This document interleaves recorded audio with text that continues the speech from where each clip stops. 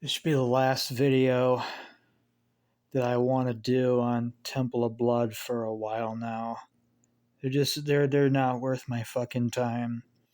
And you can still find their shit. You can find it easy enough if you know how to dig hard enough. I just found a couple of PDFs from them with a 10-minute Google search.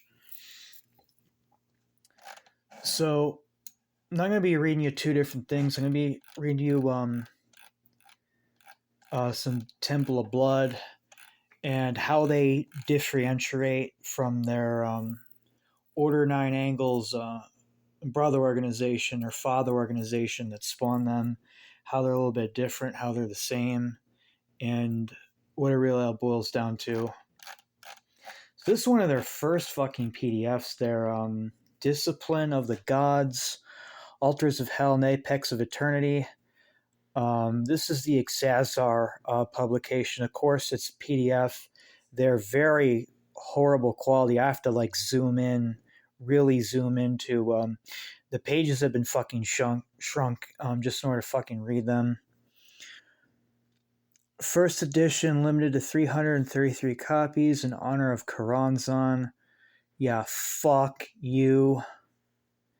Not really going to go into what that thing is, but Karanzan was a very, very violent, chaotic archon of just destruction, pure destruction and chaos and cancer.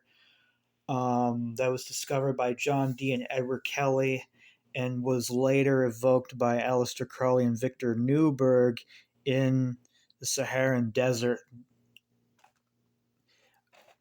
Victor Newberg was never the same after the ritual. Something did show up. Victor Newberg wasn't the fucking same.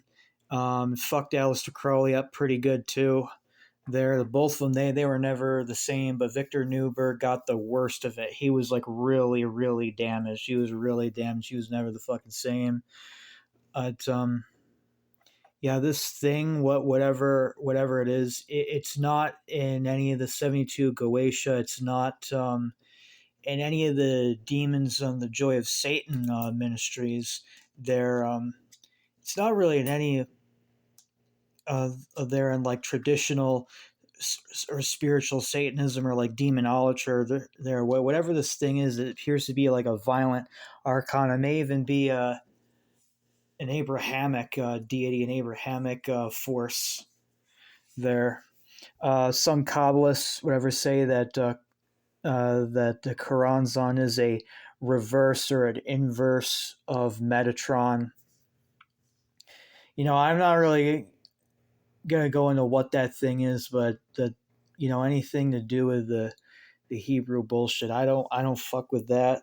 There, that whatever that is, it's potentially it's more dangerous than the Goetia. The Goetia I have very mixed opinion on because I've read and studied that from different sources, both the traditional Solomonic magic and the spiritual Satanist perspective on it. It's very, very interesting. But whatever that thing is more dangerous than the Goetia and more dangerous than the Verum, which is already more dangerous than the Goetia. Continuing, edited by Exazar. Yeah, this was published back in fucking 2004. But I'm just gonna read the most interesting fucking parts, and you can find this with a 5-minute Google search. I got a link from PDF Coffee, but you want to be real careful. You do not want to click any external third-party links because it's malware fucking shit. It's malware fucking bullshit. So what I'll do is I'll create a Google Drive link for you in the description so you can fucking look at it for yourself. Okay, page 5 out of 29. There, Temple of Blood.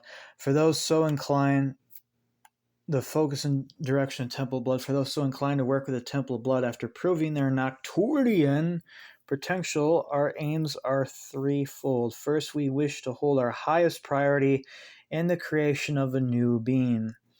The realization of the meaning of the human's life is this: humans are nothing in themselves. They are great, however, once they decide to become a bridge to the new being.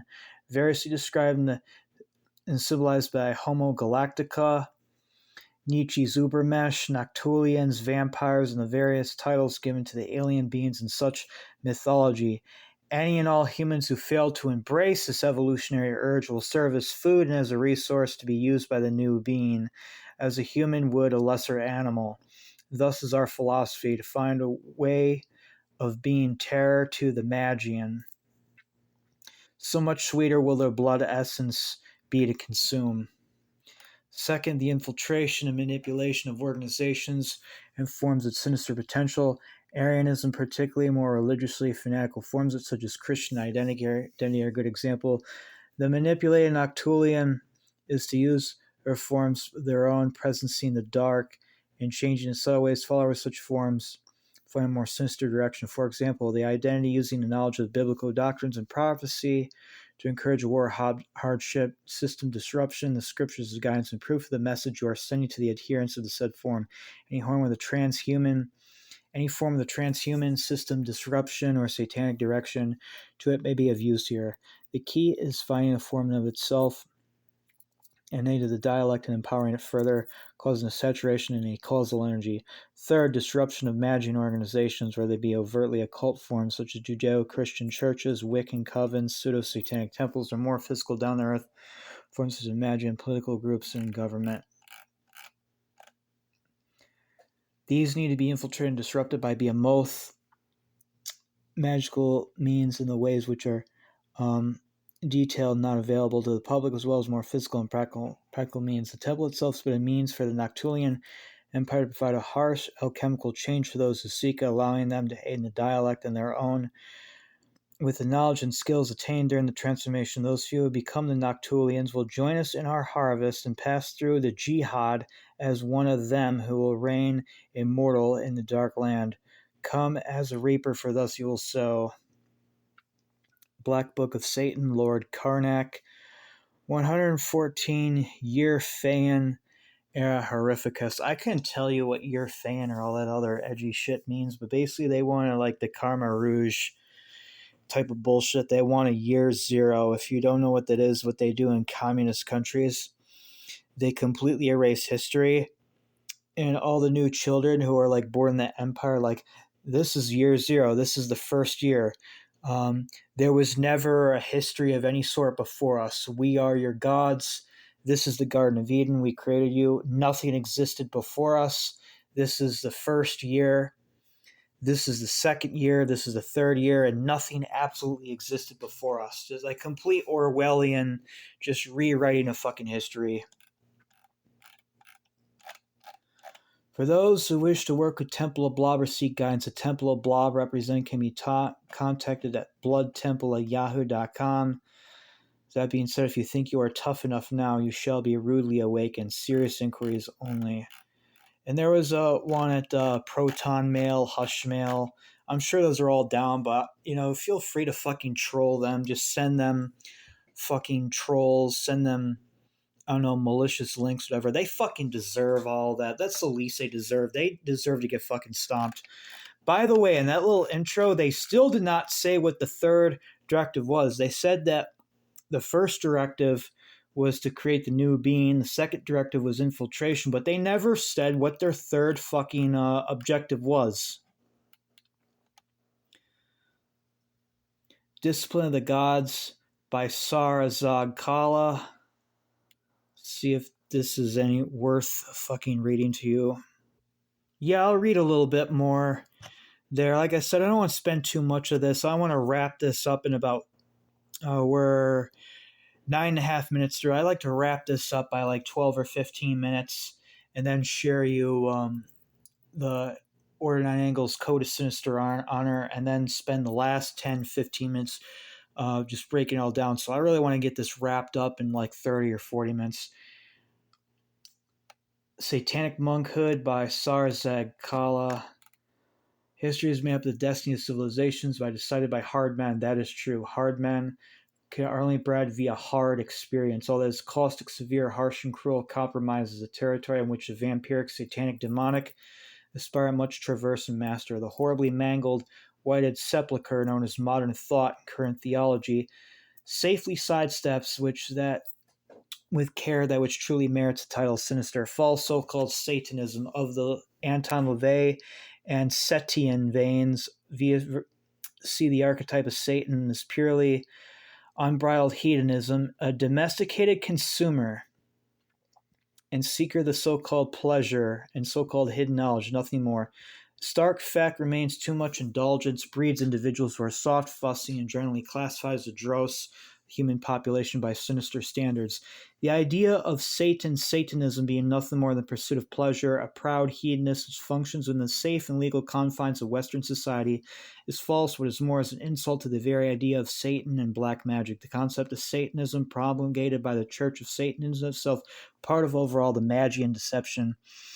Magian, you'll hear this word throughout their work, Magian and White Lodge. Basically, anything that they consider, Western civilization there is White Lodge, is Magian. Anything, European, anything that's, Christian there is under their crosshairs of attack. I'm not a big fan of Christianity either, but you got to give it to them. I mean, Ralph Ellis is right when he said that the Protestant Reformation, which really allowed for the modern world, it was really the Protestant Reformation that we started to see science, chemistry, manufacturing, machinery. I mean, you could not have an industrial revolution without the Protestant Reformation. Everything was so goddamn locked down by the church. If there's no as all the problems that Protestantism has, without it, we would still be in a Catholic dictatorship. We'd still be in a Catholic dark age right now with the Vatican just ruling a tight iron fist, But moving on there, Magian deception is disinformation front operated by the White Lodge. Called it right before I read it, to obfuscate what is true and starkly dark and evil nature of the Sinister itself. If we look closely, we'll see that modern Judeo-Christians are closely linked to the disease of spiritual enervation which afflicts the false Satanists and posers. The White Lodge of the Magians wish to crush out all that is dark and possessing the Promethean gleam of progress and evolution. They wish to turn the wilderness and subdivide land for shopping malls and quaint suburban dwellings. They deny the true and holy emotions of predation, revenge, discipline, glory, sorrow, and sacrifice. They do and encourage others to do likewise, to live and promulgate a version of reality which is nothing more than a Jewish fantasy. Like I said, he makes good fucking points there. I can't argue with a lot of things on there. I mean, this country is going to turn into a giant Jewish shopping mall. All of like Europe and America, everything that we do to the wild, everywhere we go, we just cut it down. We just pave over everything. We cut down all the forests there. We pave everything and just turn it into a fucking shopping mall. All right, and I'm going to get into solutions. I'm going to get into fucking solutions here. Real solutions, but not this agent provocateur fucking shit there, which is not a fucking solution. Is part of the problem, is part of the it's part of the antithesis, it's part of the controlled opposition. Satanic, vampiric, demonic, neonates, initiates, adepts, master of the temple of blood are in essence shock troops of the apocalypse, entities and intelligences who are working towards the embodiment of the acausal forces of the aeon to come. As such, they are disruptive by nature to the current society, which Mars nears the day of wrath spoken of in our holy chant. See Die Zerde, Die Zilla. True Satanists and vampiric entities bred through our deals and alchemical change process of the sinister path are essentially embodiments of chaos and evil. They are themselves literal Nexians, portals to the powers and energies of the new galactic aeon which looms upon the horizon. They possess a certain awareness. They cut through disinformation, propaganda, and thalldrum and fantasy that runs rapid in the Magian influenced society and are, in essence, the only true realists. Satan is the archetype of the untamed wilderness. He is the skies, he is the earth. He is no stranger to intrigue, espionage, genocide, violence, and all-out nuclear war. He is possessor of secrets. He is the guardian of the occult. He is the master of awe and derision. Satan, whose word is chaos.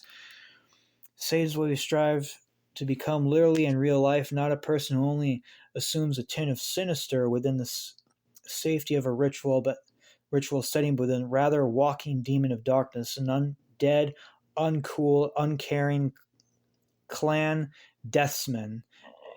A hard man bred via hard experience. The dangerous terrains of what we in the temple term as vampiric only serve to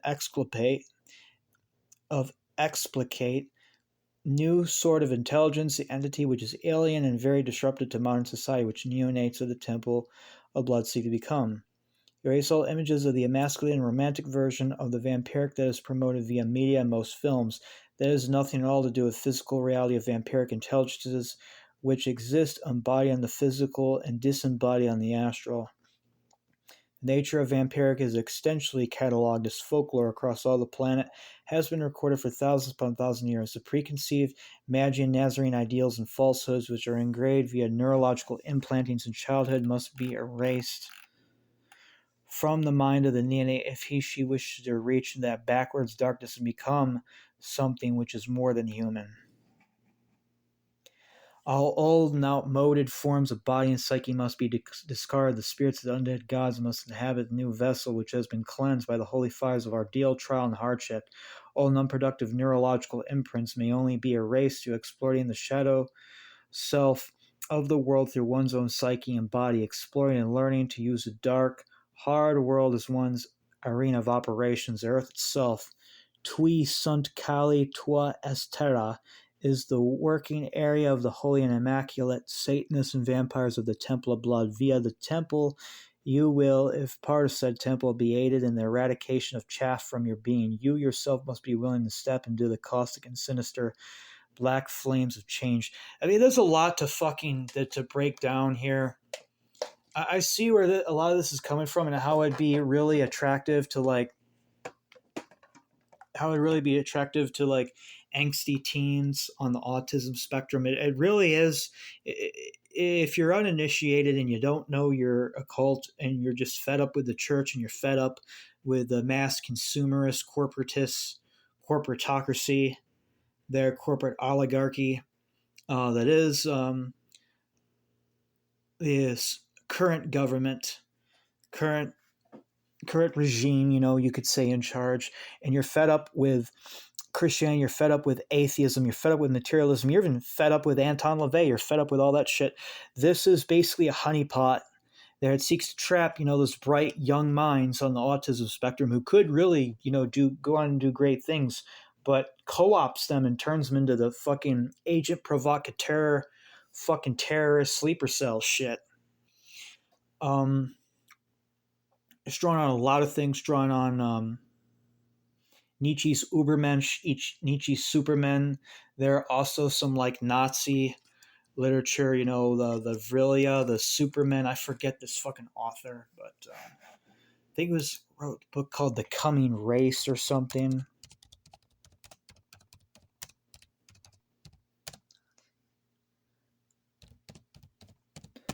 The Coming Race or something.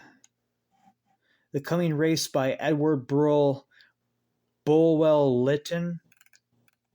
It's drawing on stuff like that. It's drawing on that, and it really says, who are fed up with society. And I get it. We're fucked up. The way we do things is fucked up. We are raping Belial's flesh there. We're destroying, deforesting, displacing so many animals and things, and just all the abuses that we commit to Belial's flesh just to have modern civilization, modern society. Yes, that is a problem that needs to be addressed, but you don't fucking do it through terror attacks and false flag operations there. Second, what they want to do is their solution to materialism and atheism is to just scoop out your fucking soul, scoop out everything that makes you unique and makes you you, and just turn you into a meat puppet for zombie gray alien gods, zombie greys or undead zombie flood infected reptilians there, or the flood itself from the Halo universe, and just turn you into a meat puppet for whatever fucking shit. Um, the shit they do say about the vampirism, that is spot on.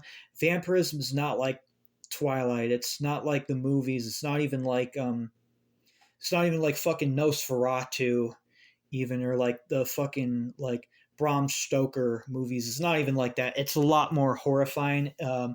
90% of vampirism is going to be energy vampires, energy vampirism there, and a lot of like the real like vampiric entities and vampiric spirits and vampiric gods do look like flood forms on the astral plane. They look like these tentacled octopus looking parasites. They look a lot like the archons from Enoch Petrocelli's Book of Soul Retrieval. They're going to look like squid. They're going to look like drones with tentacles coming out. They're very nasty fucking things. And what they do, they feed on human suffering. They feed on human misery, human suffering, human cruelty. They feed on all sorts of just human depravity. And that's a big false flag. Oh, so you're going to overcome your own humanity. And I have no problem with being superhuman or more than human. We all should strive to be more than just human. We should all strive to overcome ourselves. We should all, at least once in our life, go on a super hike, or go on a fast. How long can you hike a trail? How long can you walk without any meals, just water? Can you even fast? Can you even have just one meal a day? And if you can't, you ought to try it. How long can you go without food? How long can you hike, without food and just having just water? How have you ever tried to camp out in the woods, with just the bare necessities? And I mean like real camping, not glamping, not camping with lights and technology. No, like camping without electronics, camping with just a bug out bag, couple of water bottles, and enough tools to start a campfire. Like, most people, they don't have the common skills to survive. If the system, if the plug was pulled on the system, most people would die right away. Most people would die. Most people can't even survive a night alone in the woods. And you got to take all this consideration. We all should strive to be more than human. But the Temple of Blood's form of transhumanism is nothing to do with Sinister Honor. Has nothing to do with the Code of Sinister Honor, which I'm about to share with you. Has nothing to do with actually becoming a full realized human being or becoming a fully integrated self. No, a Temple of Blood and Satanic Front's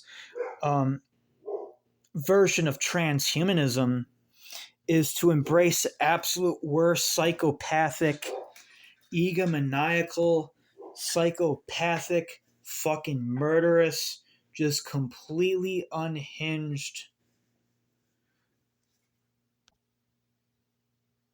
psychotic, fucking murderous rampage, fucking just go completely feral to the point where you lose your humanity. That's the Temple of Blood's version of transhumanism. Oh, don't try to actually be more than yourself. Yeah, actually do more than yourself, but in the worst ways possible. Be more than yourself and be completely feral, like you're feral, like you're running around clubbing everyone over the head, eating their children on the grill, barbecuing their babies, sons and daughters, and just barbecuing their kids, and just complete cannibal lector, serial rapist, serial pedophile. That's the Temple of Blood and Satanic Front's version of transhumanism. But that level of bestiality and that level of ferocity is equally as enslaving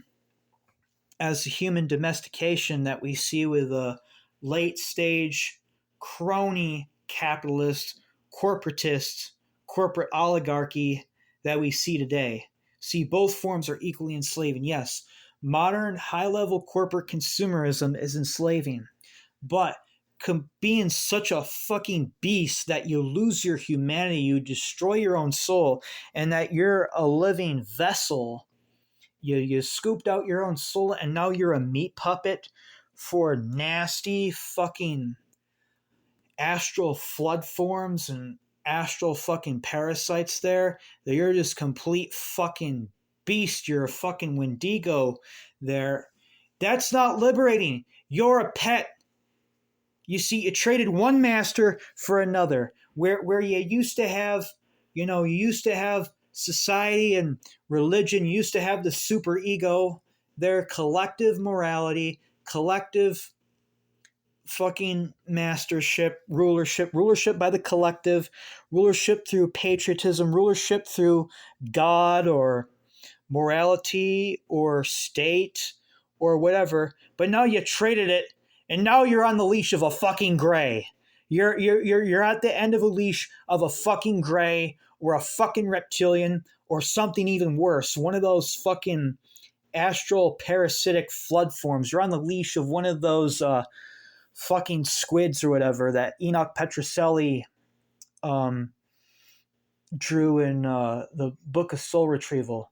And that's worse. That's worse. Both are equally fucking enslaving. Light is just as enslaving as the darkness, but too much darkness is just as enslaving as light. And that's what these fucking retards can't understand. They go from one extreme to the other. Now, what I'm going to share from you now, this is from the Order 9 Angles there. This link will be in the description. The Order 9 Angles, Labyrinthos Mythologicus by Lapis Philosophicus. Now, these boys, they're huge Latin fanboys. I love the Latin there. Doesn't make you look any less nerdy. But this blog is titled Children in the ONA, and it has the code of Sinister Honor in there. And then we're going to compare that to the Temple of Blood and really what's driving them both and what's driving all this madness here. A fundamental principle of the Order 9 Angles, one of our 5 core traditions, is that kindred honor, which means 2 important things: that our behavior towards our own kind is governed by particular rules and guidelines manifest in our written code of honor. Second, and that our behavior towards mundanes is guided by our understanding of them and their wealth and property as a useful resource. In practice, our code of kindred or sinister honor means that we strive to be honorable towards our own kind, our kindred. Our law of honor does not apply to adult mundanes of sound body and mind, and thus they are considered fair game. A resource, though it should be necessary, for example, in the matter of individual culling.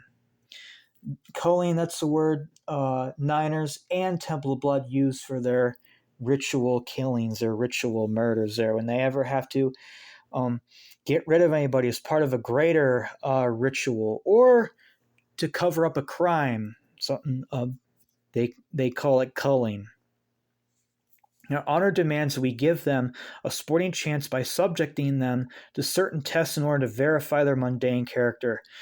So, what some of these ONA groups will do, the ones that do have abide a very corrupt and a very complex and a very weird system of morality, whereas Temple of Blood would fucking murder an entire family and barbecue the baby daughter or baby John or baby Tom over a barbecue and eat him. The Order 9 Angles would test the parents of that family. They put the mother and father of that child through a series of tests there, and if they pass the test, they would allow them to live. If they fail the test, then they would assassinate the adults of that family and then spare the children to be taken to the foster home, or they would adopt the children and raise them to be the next generation of Sinisterists there. Whereas the Niners, they do have some sense of like morality where they do test you first, albeit it's really fucked up. The games they play with you as part of their test there. The Temple of Blood, they just barbecue everyone. They would just cannibalize and eat everyone in that fucking house there after they raped everyone first. You know, there's a really good movie. There is a really good fucking movie that that's all about these order 9 angle tests there. It's called Spellbinder. It was released in 1998. 1988. Spellbinder 1988. Yeah, Spellbinder, 1988 film by Janet Greek. Spellbinder is a 1988 American witchcraft-themed horror film directed by Janet Greek, starring Timothy Dolly and Kelly Preston. The screenplay was written by Tracy Torme. The original score was written by Basil Polidoris. The film was marketed as a tagline, "A nightmare of illusion and betrayal." And basically, it's a really good movie. If you haven't seen it, you need to watch Spellbinder right now, as it basically is completely about one of these Order 9 angle covens there. These witchcraft covens, they are not the safe or sanitized, politically correct Wicca of Gerald Gardner. They're a little bit more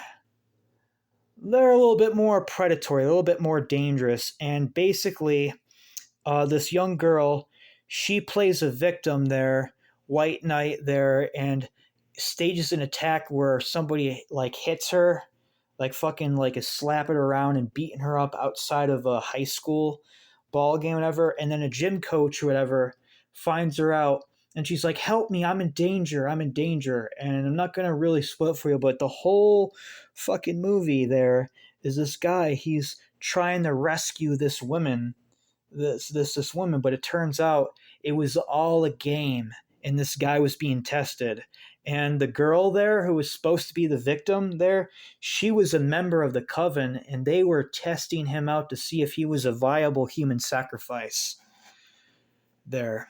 Not going to spoil the ending for, but basically that's the kind of tests that they'll do. They'll play little games with you, and they'll see, is he a mundane? Is he one of us, or is he one of these mundanes? And if you fall on the ladder, oh, he's a mundane. You fail the test, and then they sacrifice you. Then they kill you in a ritual setting. Now let's continuing on. Certain tests in order to verify their mundane character. Children in the ONA. Those who are of our kind. Those are the ONA. Those are our pledged brothers and sisters. This means that they strive to live by our code of kindred honor, that they accept our 5 core principles, traditions, that they seek to implement and achieve the goals, aims, and objectives of the ONA as outlined in our guide to the culture and sinister ethos of the ONA. Our code of honor means that we take responsibility for ourselves, for those whom we have given a personal pledge of loyalty. Personal pledge of loyalty, by its very nature, includes our own children, and means that we will not only nurture them to be healthy, strong, self-reliant individuals capable of defending themselves, but also fiercely protect and defend them, if necessary, by the use of lethal force, and seek vengeance according to our kindred code, should anyone harm them. Thus we rely on ourselves, and if necessary also on our kinfolk, that do not rely upon anyone or anything else. Hence we settle our disputes among ourselves, according to our code of kindred honor, just as the only justice we accept and believe in is our justice deriving from our code. That is, we scorn, disdain, and dislike any and all authority, meaning man's government, man's laws, all man's laws except our own, and accept that vengeance is a healthy and natural duty. In respect to our children, we accept the responsibility for them and for their development until they reach an age that they are developed, mature enough to make their own informed choices, which is generally around 16 years of age. Before this age, we are their guardians. That's a little groomer, pedophile stuff. I say 18 years of age, but to this guy, he's saying 16. For this age, we are their guardians. After this age, they are then only free to join us in our activities, be such activities occult, Drekian, Niner, or otherwise, as a result of them making their own decision and being given absolute freedom to so choose. Thus, when they reach this age, they are given a choice, and should they choose not to pledge themselves and thus do not accept our code of kindred honor, then our responsibility for them ends, and they have to make their own way in the world of humans. Children of mundanes. A mundane is anyone who is not one of us. Anyone who does not belong in our family, our extended family, our kindred, our collective. In brief, it is someone who does not live by our code of kindred honor and thus accepts the laws of so-called authority of nation states. This mundanity does not depend on such societal abstractions as ethnicity, wealth and social status, occupation, education, place of birth, nationality, or whatever. As mentioned above, our law of honor does not apply to adult mundanes of sound body, mind, body and mind as such human beings are considered game, a resource, although it should be necessary. For example, in the matter of individual culling, our honor demands that we give them a sporting chance by subjecting them to certain tests in order to verify their mundane character. And the type of tests, just like Spellbinder, 1988, directed by Janet Greig, composed by Basil Polidorus. Very good fucking movie. I don't know if it's still on YouTube there, but it was on YouTube for a while there. I'm going to look that up for you.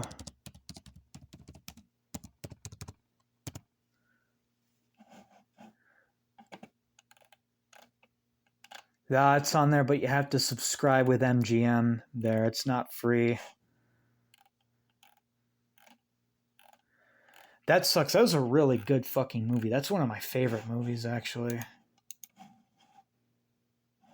Giving them a sporting chance by subjecting to certain tests in order to verify their mundane character. Thus, and importantly, the children of mundanes children below the age of 16 or so, I say 18, below the age of 18 or so, are not considered mundanes per se. That is, we accord such children until they reach the age of choice and maturity of certain respect, which in practical terms means that they are exempt from being considered fair game or resource. This naturally excludes us from involvement with certain activities involving children.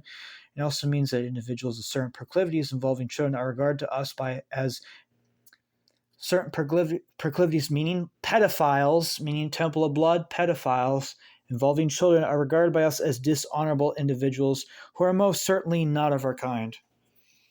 AOB, or 9 Angles, 122, Year of the Phaeon. Now, that guy, as horrible as it is, as they say, they test their prey and they kill you only if you're after 16 years old. They test you and kill you if you fail the test. What that sounds like there, it sounds more like biker gang morality or like assassin morality. Like, these guys sound like, like the mafia or like any type of secret society that requires like a blood oath, a secret that requires like a blood initiation. They're a blood covenant there. These almost sound like, like a biker gang morality. There was another thing that I wanted to read to you, but I couldn't quite find it there, by Bloodhound Nexion, and he was saying that he was like, that he works in like the bouncer field there, bodyguard, like protecting clubs, protecting girls. Like a lot of these guys are like in like biker gangs, or they do like bouncer, like security type of work. Like, they're not like horrible guys like these Niners. Like, a lot of these guys, they have like a sense of like biker gang morality, like Hell's Angel type of morality there. They're almost like a type of guy that, like, you could sit down and have a beer with. You could sit down and have a beer with some of these guys, and they literally say, pedophilia or anything that harms children is dishonorable. Now, when I did have communication on social media with some Niners, they had a bit of this group, this particular Nexian, there had a bit of a schizophrenic type of morality there, because the main face of that order says that, like, he'll gladly kill pedophiles. He'll kill like pedophiles and child abusers. He'll send pedophiles to Krishna for soul recycling. But then in a private message, oh yeah, we like Temple of Blood. We consider them allies. I'm like, yo, Temple of Blood's fucking pro pedophile. Like, which are you?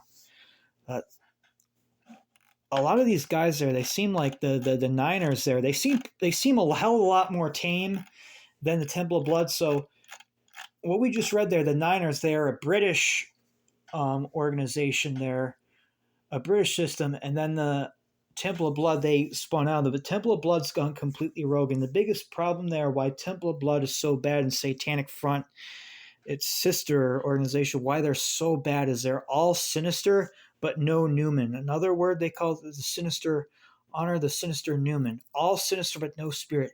And what I say earlier, if you're all sinister, but no honor, no morality, no fucking backbone, you're no use to any of the higher archetypes you claim to worship. You're no use to the Dark Lord Shri Krishna. You're no use to Satan. You're no use to Set. No, no. You're a weakling little bitch who does the most horrible, evil things, who barbecues Granny and fucking, I don't know, rapes children and rapes old grannies or whatever, and then barbecues them. Like, you're that fucking horrible, like deplorable, fucking just human shit.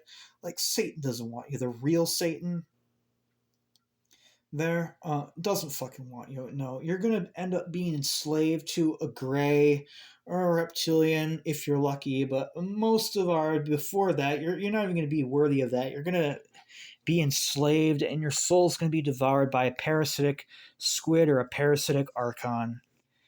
That's really what it all boils down to. You're all sinister, no backbone, no fucking honor. You got no soul. You got no contrarium. You got no yin and yang. You're all just one-sided. If you're all like extreme on one side, you're all like yin, but you got no yang, and you're all yang, but you got no yin. You're an NPC. You don't have the contrarium running within you. You got no friction. You got nothing. You're a complete fucking puppet for the archons to use.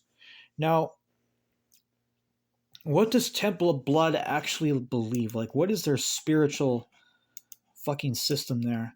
Well, it's similar to the Niners there.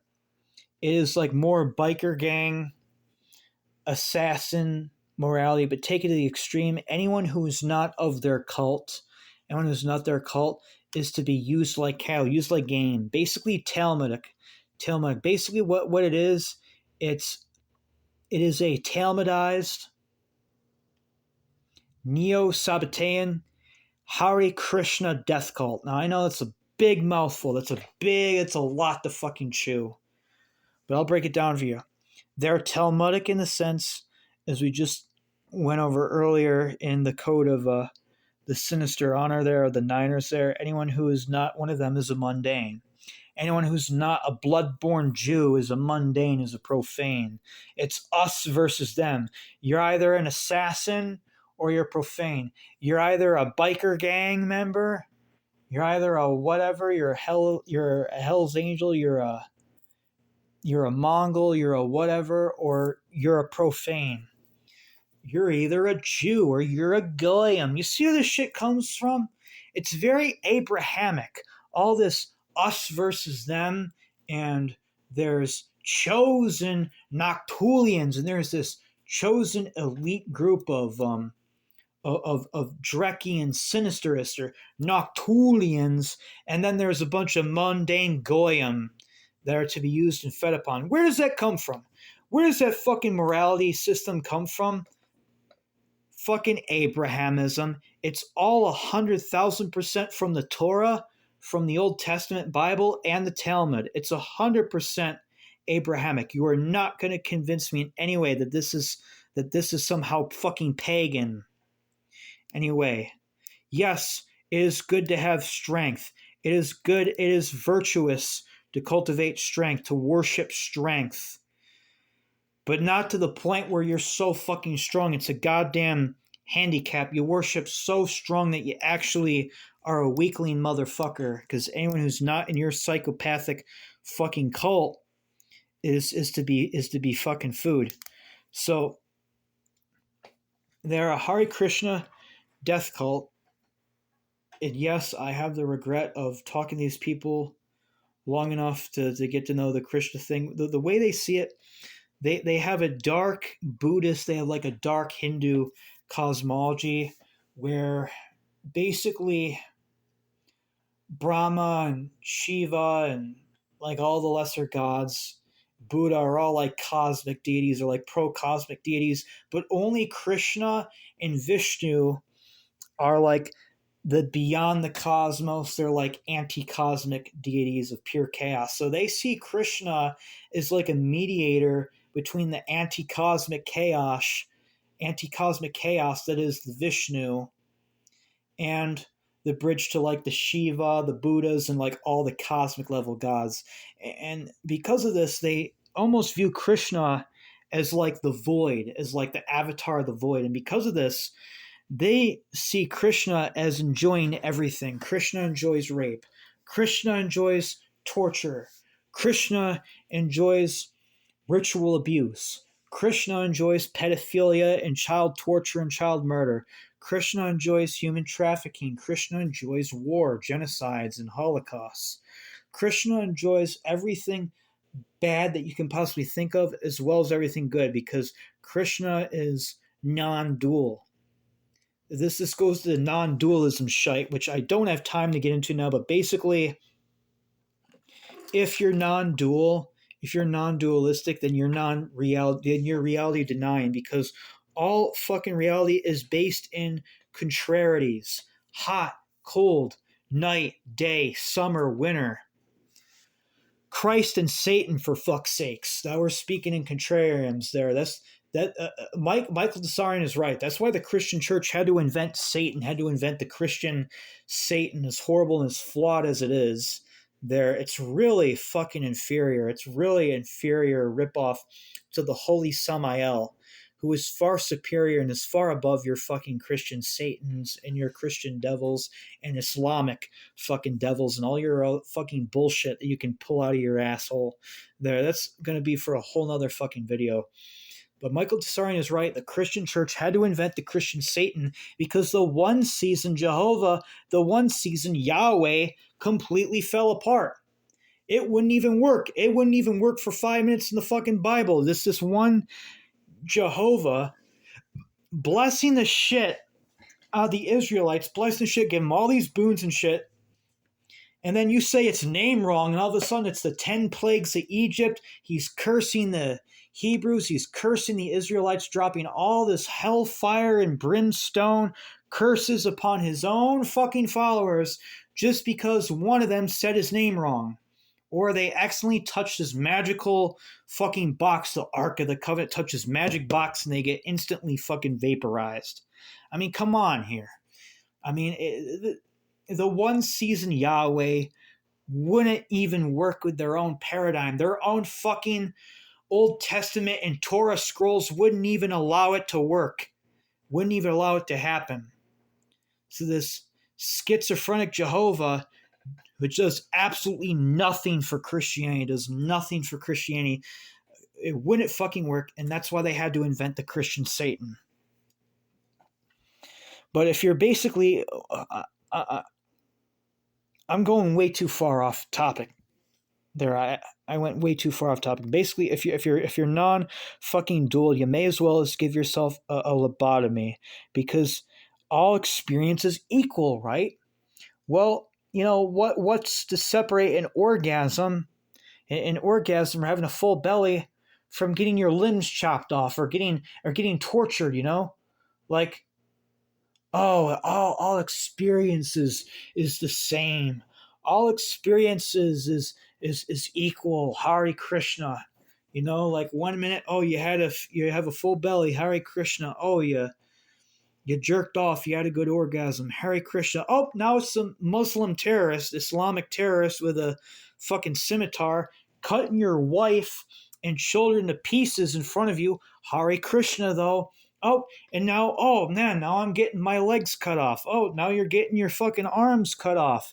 Hare Krishna. All experience is the same. Like, you may as well take a fucking bolt gun that they used to stun cattle in the slaughterhouse. You may as well take a fucking bolt gun, put it between your eyes, and press the fucking button and just fucking lobotomize yourself. Because that is what non-dualism shite is.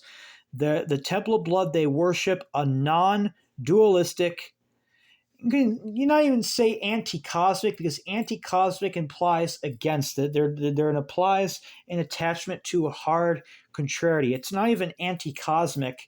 It's an acosmic, amoral, complete, like narcissistic baby, basically. A narcissistic...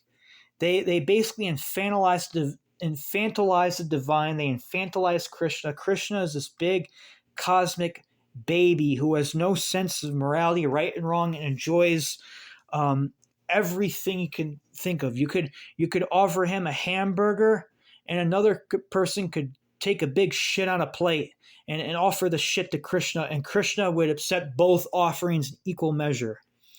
You could praise Krishna with good deeds according to Temple of Blood, and you can also like rape a child and cut a child into pieces from it, and Krishna would accept both offerings.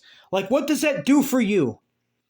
What why would you want to worship that? Why would you want to worship a fucking non-dualistic God, a non-dualistic God there that you can't get favored no matter what you do? You are just as favored as the pedophile practitioner. You are just as cherished as one who tortures and commits ritual killings in the name of that God.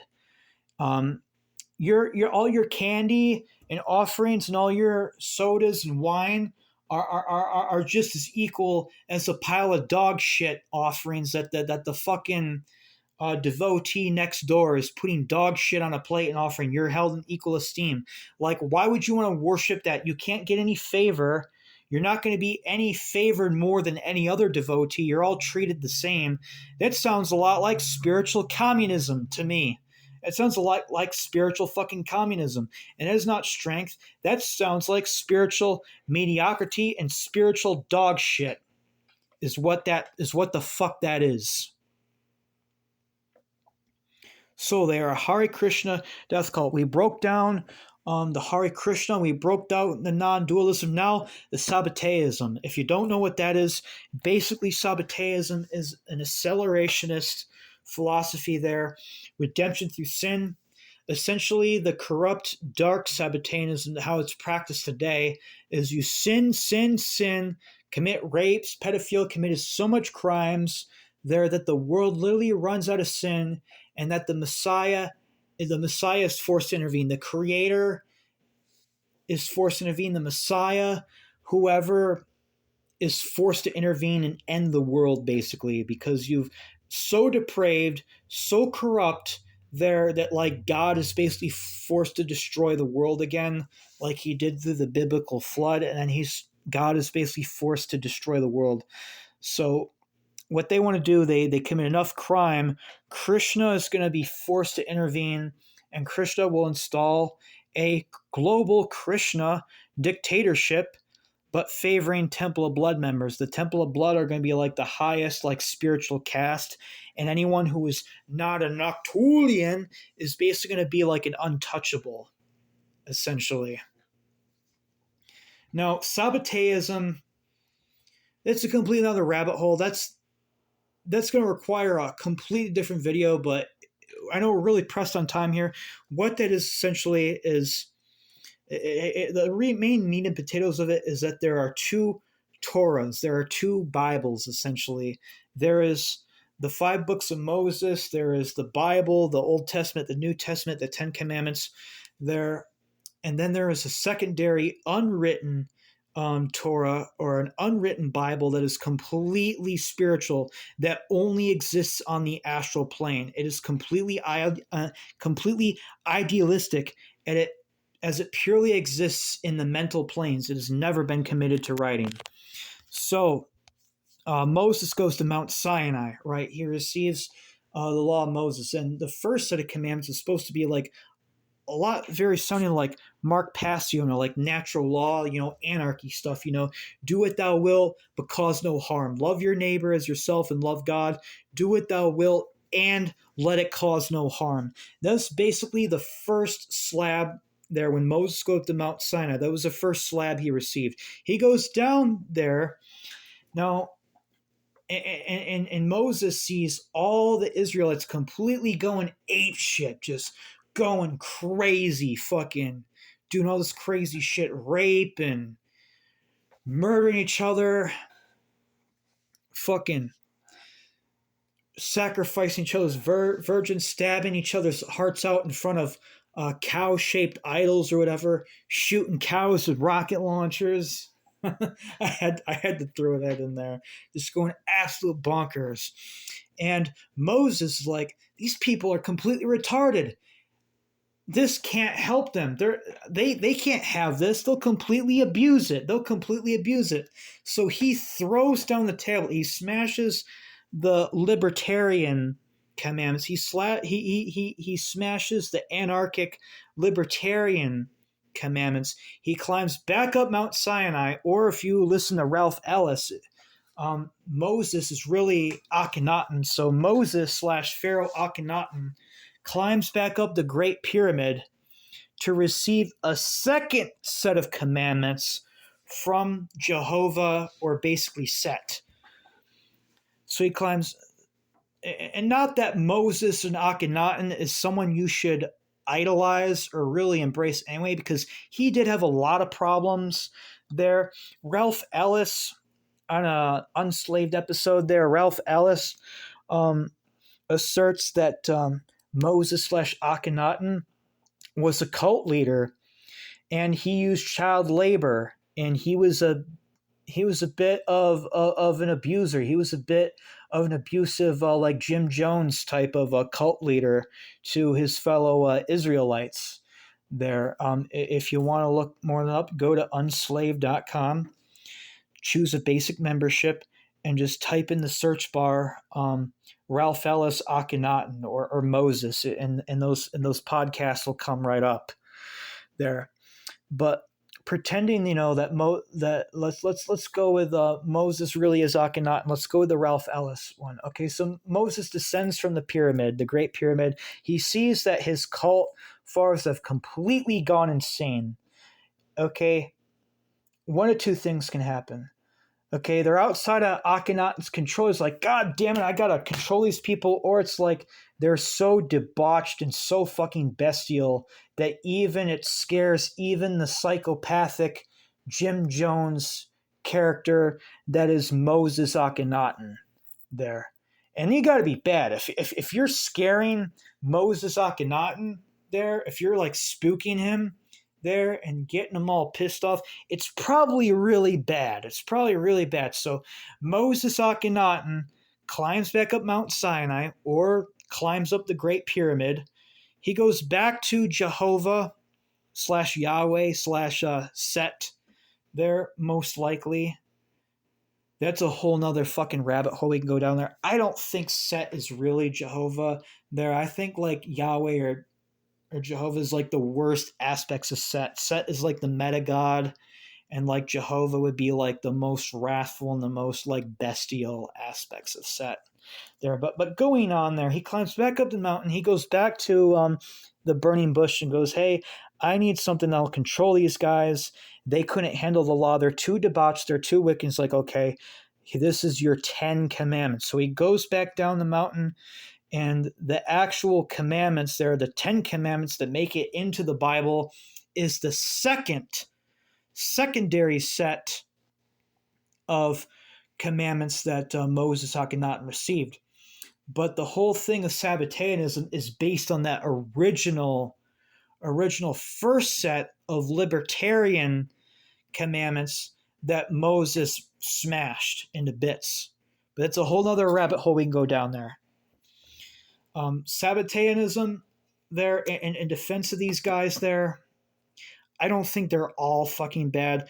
The way it's being abused right now, oh yeah, it is bad. It is very bad, being used to justify pedophilia, being used to justify all these crimes and debauched as hell. But I think it was more like the Christian type of thing. Hey, you sin your ass off for a bit. You find out, oh, this isn't fun. And then you repent of it because now you know what it is. You sin your ass off by finding out what righteousness is not through an apathetic process. You find out, okay, this is not fun, this is not good, and then you repent, essentially, and you go about and you live a normal life, essentially. But that's not the Sabbateism that's being promoted today. And the only thing that's like good thing to say about Sabbateans there, they are anti-Talmud there. They are against Jehovah. They are against Yahweh. They are against the tyranny of the Old Testament God there, and that is actually really cool there. Let's continue with the actual presentation there. The temple blood They are a dark, crypto, Sabbatean, Hare Krishna death cult, and the Sabbateism that we see today is just poor accelerant, poor gasoline.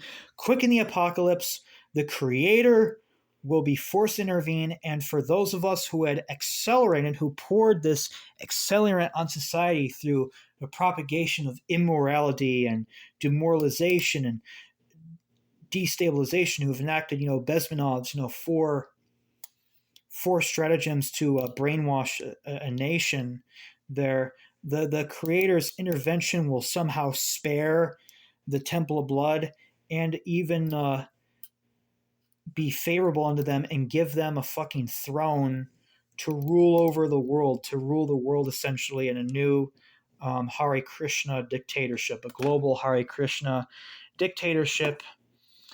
And a lot of where their occultism comes from is out of Hindu and Buddhist texts there, mainly the Kali Yuga. And according to Temple of Blood, we are entering the Kali Yuga right now. We're not leaving it. We are entering the Kali Yuga. Whereas, Jack Parsons and OTO and going on to say that we are still in Kali Yuga, but we are leaving Kali Yuga. No, no, no, no, no. Depending on which calendar you're looking at, there are other calendars that say we are going into the Iron Age, into the Kali Yuga. And what that is the age of pure despair, age of ignorance, suffering. Lifespans are completely shortened. The average human in the Kali Yuga lives to only like teens or 20 years old tops. Cannibalism everywhere, open dictatorships everywhere, human meat, like sold out in the open, like sold out in the open. Babies roasted on spikes, roasted on barbecues, roasted publicly, and just the dumbest, most backwards, most Stone Age, most retarded. Think of like the European Dark Ages. Think of like the Dark Age of Christianity, the Middle Ages, times 1,000. And the Kali Yuga is supposed to last anywhere from like 10, 50,000 to 100,000 years. 100,000 years of terror. And Temple of Blood basically believes that they do enough terror, enough cruelty, enough human evil that they can they can quicken this coming of the Kali Yuga, and they will basically be gods, essentially, over cattle goyim. And where the fuck have we heard this from? Essentially, Talmudism, basically the Torah and the Bible. All this shit was taken right out of the Torah, right out of the fucking Bible, folks. I will bless those who curse Israel. I will curse those who curse Israel, and I will maketh you ruleth amongst all the nations, and all the goyim will worship you. And anyone who does not worship and does not serve Yisrael will be destroyed. And all of the goyim will happily walk in chain gangs and walk in iron chains and serve you. And those who refuse to serve Israel will be completely obliterated. That's exactly where it fucking comes from. That's all it is. All Temple of Blood is fucking satanized, Christianified Talmudism. Christianified, Talmudic, Jewish supremacist cult, but instead of it being a Jewish supremacist cult, it is a Krishna supremacist cult. It's the same fucking Abrahamic slop as radical Islam. It's the same slop as the Crusades and the Inquisitions. It's the same slop as the big three slave religions. You see, that's what they got you. They got you triangulated. Hey, I'm opposing the White Lodge. I'm opposing Christianity, Judaism, Islam. No, you're not, because your fucking Temple of Blood fucking nonsense is just as Abrahamic as the big three religions, the big three slave religions that you say that you're opposed to, that you pretend that you're against. So we've completely destroyed Temple of Blood as a fucking controlled op.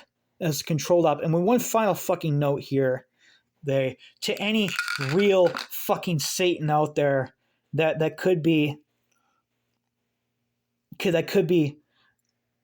fucking shoehorned or fucking framed as some sort of safe, sane, sober, domesticated entity that is a good guy, follows all the rules, and is just pure hedonism. And the same other camp, the Noctulians, that say Satan is this wild, debauched, fucking hedonic, fucking pro pedophile, no limits evil, no limits evil, fucking just completely debauched, non dualistic, brainless, soulless, retarded. Sri Krishna enjoys rape and pedophilia. You're both fucking wrong. You're both fucking retarded. He is neither than either of those things. He is actually much more elevated than you can think of. Okay, he's an angel. He's the holy Samael. And he is far above your hedonic, fucking domesticated fuck goat of your Anton LaVey fucking current. And he is far more elevated above your pro pedophile, non dualistic, enjoys rape, pedophilia, and dog shit on the altar just as much as he enjoys fine wine upon the altar. Fucking Sri Krishna death cult, fucking Satan, which is may as well just be Jehovah. Let's just call it what it is, okay? The Temple of Blood's God is basically the rescripted Jehovah, just rescripted as Sri Krishna. That's all it is. The same God behind the Talmud Mafia, the same God who's behind, once the Messiah comes, every Chosenite will have 2,800 Goyim slaves. It's the same fucking shit. You're no limits evil, order 9 angles, evil without limits. Evil without limits. Human evil, cruelty without limits. And your hedonic fucking shit. Your hedonic fucking Anton LaVey domesticated fuck goat, bitch goat Satan. It's the same fucking thing. And Samael is so higher and so much more elevated than both fucking camps because you're both equally spiritually, intellectually fucking retarded. You're fucking stunted. That's the thing I never understood there. And I've been in this game. I've been into the occult for over 10 fucking years now. 12 fucking years. I've been into the occult since 2013, 2012. So this is 12, going on 13 years I've been in this fucking game. And I never understood how the real wild gods and wild deities, feral deities of, say, the Temple Felsis Corentus or Temple of the Black Light, truly wild and truly elevated spiritual intelligences that compose of the Book of Sitrahakra, that compose the Liber Felix for current, and even the deities in the primal craft system of magic, how they could indulge themselves, how they can engage and enjoy themselves in such human weakness and such human dishonor as pedophilia, as ritual torture, ritual abuse, and just petty fucking weakness there. You see, you Niners, you're falling short. You're Sinister in, but you're failing to Newman. You're failing to honor there. No, this is not an attack against Niners who actually do uphold the real code of Sinister honor there. This is not an attack on you. I don't like you guys. I wish you wouldn't play games and wouldn't, play test to cull the profanes. If you kept your culling of the profanes to just pedophiles, I'd 100% support you, and I'd sit down and I'd crack a beer with you. I would share a beer with you. If you just limited your culling to pedophiles and to truly dishonorable, I'm more than happy to share a beer with you, okay? I want to like you guys. I really do. I want to like you guys there. But most of you guys, you're falling short. You are falling short, and with each new generation, you're getting weaker and further away from the code, from your own code of Sinister Newman, from your own assassin and biker gang code, from your assassin code. You're straying further and further away. This is called Temple Blood. It is wild, feral, fucking rabies, AIDS-infected, spiritual, fucking rabies there that worships a fucking slightly edgier, a slightly darker, a slightly more Hindu version, Buddhist version of Jehovah, the murderous god of Zionism, communism, pedophilia, human trafficking, and human slavery of the fucking Old Testament and New Testament of the Bible and the Torah, which are the two greatest fucking black magical fucking evil fucking black fucking texts in all of existence. You want a real tome of black fucking magic, evil fucking magic, just open up your fucking Bible. Every fucking page is about killing non-Jews, killing Gentiles, killing women, killing children. Nuke this village.